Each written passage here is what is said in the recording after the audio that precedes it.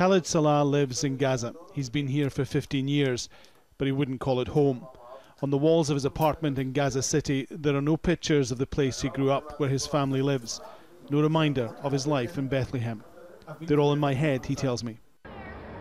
He was one of a number of people, fighters, soldiers, civilians, who sought sanctuary in the Church of the Nativity in Bethlehem in 2002.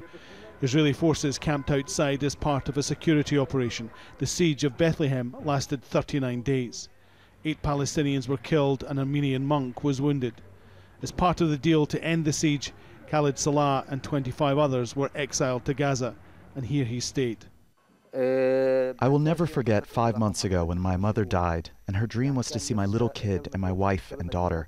She didn't have the opportunity to see them. My father, my cousins, my clan are all eager to see me, but they can't. I get pictures through social media, but that isn't enough. While we're talking, he's joined by 2 others who were exiled, sent to live in Gaza with no prospect of return. I still remember when we were kids in Bethlehem. We would go and join our Christian friends and wish them a Merry Christmas. We would go to Manger Square and see the Christmas tree with all its decorations and lights. Khalid's daughter Dalal is 14. She was born in Gaza. She goes to school here, but she thinks of Bethlehem as home. Bethlehem for me is my hometown, the home of my father, my family, and of civilizations as well as churches.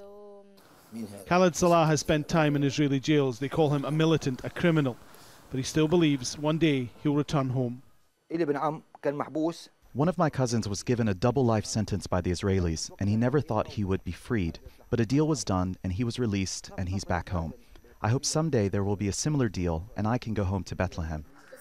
Until then, all he has are his friends and his memories to remind him of home. Alan Fisher, Al Jazeera, Gaza.